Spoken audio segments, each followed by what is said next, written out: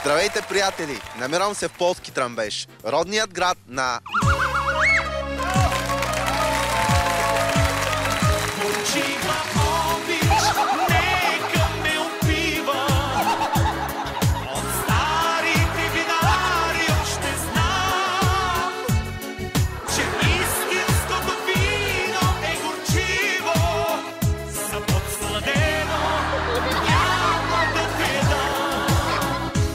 Тук сме обаче не заради този велик българин, а заради един друг велик българин, само че от Карлово. С този паметник, скъпи приятели, признателни граждани на Полски Тръмбеш са отдали своята почит към великият българин Васил Левски. Времето е нас и ние сме във времето.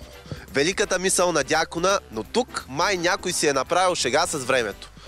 Погледнете годините, които са изписани за начало и край на живота на Васил Левски.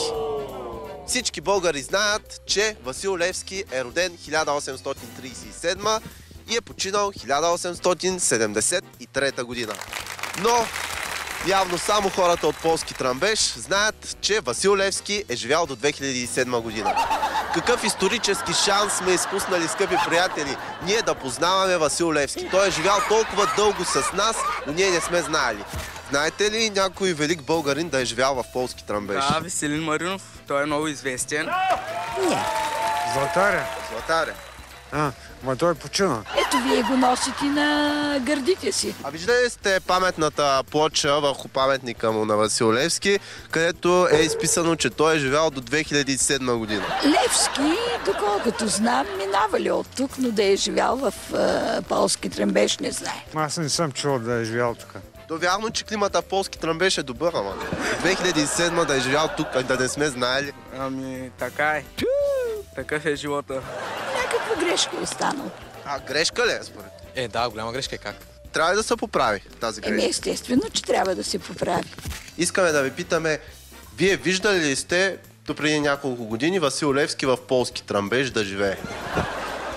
Да живее не, но виждал съм паметникът, който беше открит 2007 година. 2007 година всъщност е годината, в която е поставен, която е изграден и поставен паметникът. Не е ли най-удачният вариант на паметника да е изписано 1837-1873 година, като годините на раждане и на смърт на Васил Левски, а на допълнителна табела, след като толкова искате, да си напишете в годината, в която е открит паметник.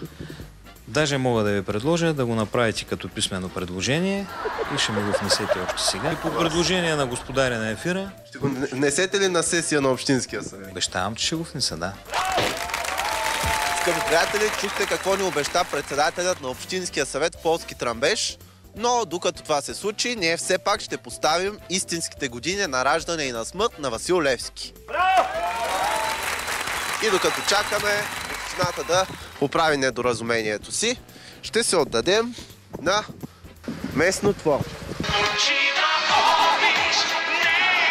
За господаря на ефира от Полски Тръмбеш, аз съм Димитър Върбанов.